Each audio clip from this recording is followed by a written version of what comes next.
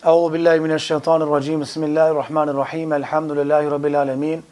Wassalatu wassalamu ala ashrafil anbiya'i wal mursalin, nabiyina Muhammad wa ala alihi wa sahbihi ajma'in. Amma ba'd, falendrimet dhe lavdrimet I takojnë vetëm Allahut azza wa jall. Salavatet dhe salamat I dërgojmë Muhammedit alayhi salatu wassalam, paqja dhe mëshira e Zotit xhelalu ala qoftë mbi të, familjen e tij, shokët e tij sinqert besnikë dhe mbi të gjithë ata të cilët e pasojnë deri ditën e gjykimit. Të nderuar agjërues dhe agjëruese, jemi tek cikli ligjëratave emrat e bukur të Allahut azza wa jall. Jemi në emrin e radhës, I cili është cekur vetëm në dy vende në librin e Allahut azza wa jall. Është fjala për emrin El Hadi, që do thotë orientuesi apo udhëzuesi I çdo gjëje subhanahu wa taala. Allahu azza wa jall është ai I cili I ka kriju krijesat e tij. Njëkohësisht I ka orientuar nga ajo që është e dobishme për ta. Allahu azza wa jall ka thonë në Kur'an: "Wa kafa bi rabbika hadiyan wa nasira." Mjafton o Muhammed sallallahu alaihi wasallam që Zoti jot është ai I cili është udhëzues për ty dhe muslimanët, edhe është ndihmtar I juve. Wa inna Allaha la hadi alladhina amanu ila siratin mustaqim. Pra tha Allahu azza wa jall, Allahu është ai I cili ka udhëzuar ata që kanë besuar në rrugën e vërtetë dhe rrugën e drejtë. Allahu subhanahu wa taala është e vërtetë që është udhëzuesi I çdo gjëje, por udhëzimi dhe hidajeti I Zotit është në dy aspekte. Aspekti I parë është I veçantë, el hidaya amma, edhe el hidaya khassa. Aspekti I dytë është edhe hidajeti apo udhëzimi, do thotë I veçantë. I pari I përgjithshëm, I dytë I veçantë. Çka nuk kuptojmë me të parin si udhëzim I përgjithshëm? Udhëzimi I përgjithshëm është Allahu azza wa jall I ka kriju krijesat, edhe I ka udhëzuar ato me mësu gjuhët e ndryshme. I ka udhëzuar ato me kuptuar se cila është ana e djathtë, cila është ana e majtë. I ka mësuar ato krijesa se cila është lindja perëndimi veriu. I ka mësuar krijesat si me përdor atë element apo këtë element. E ka mësuar edhe fëmijën I cili nuk di të flas, se si ta thith xhirin e nënës së tij. E ka mësuar fëmijën se si të kërkojë nga nana ushqim. Andaj kjo është Allahu El Hadi, udhëzues I cili ka udhëzuar gjitha krijesat me udhëzim të përgjithshëm. Qysh me jetu, qysh me frimu edhe kështu me radhë.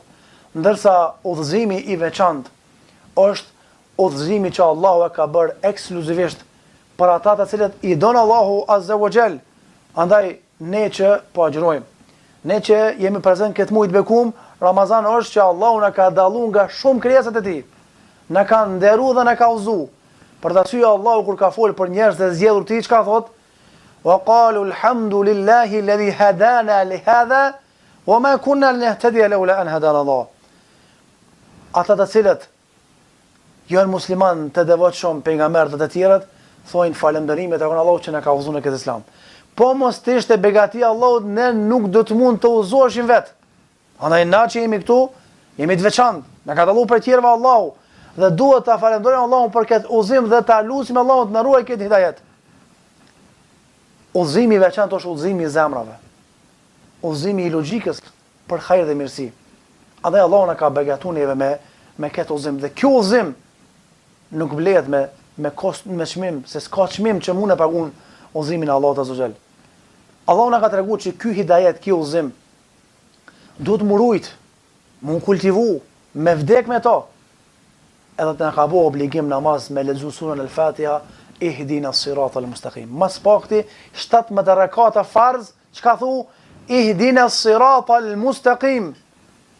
Robi jam kërkon që me udhëzu rrugën e drejtë. O Allah, udhëzom rrugën e drejtë. Allahu premton që ka me udhëzu robin që kërkon me udhëzu në rrugën e drejtë. Dhe Allahu na ka bo mas paku 17 herë obligim namaz me thonën këtë dua dhe këtë lutje. Allahu e ka sjell udhëzimin mesin e njerëzve përmes sa elementeve dhe shkaqeve. Elementi I parë është Allahu azza wa jall ka dërguar pejgamberin alayhis salam që përmes tij me udhëzu njerëzit në rrugën e drejtë. Argument ka thënë Allahu azza wa jall: "Wa innaka la tahdi ila siratin mustaqim." Me të vërtetë o Muhammed, përmes predikimeve që unë po t'i mësoj, po t'i servoj, I udhëzon njerëzit për rrugën e drejtë. E dyta është përmes librave, argument Kur'ani. Ky libër që kemi para vete, muaji I Kur'anit. Dhalikal kitabu la rayba fi hudel lil muttaqin.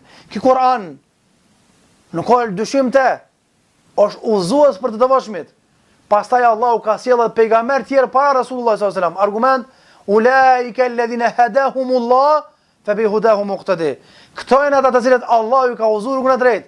Mirë yrnek edhe shembull o Muhammed sallallahu alaihi wasallam se si duhet me qenë njeri i udhëzuar. Na kena për detyrë të ndruar agjëruese me ja kallëzuar njerëzve të vërtetën. Udhëzimi nuk është në dorën tonë. Na nuk e dim kush e meriton me udhëzu. Na bëjmë sebepin. Pejgamberi sa mu morzit për Ebu Talibin. Edhe Allahu e pa që është ngushtu gjokësi të dërguarit e tij. Çka i tha? Innaka la tahdi man ahbabt, walakin Allah yahdi man yasha wa huwa a'lamu bil muhtadin. Ti nuk ka mundësi me udhëzu këtë dush ti.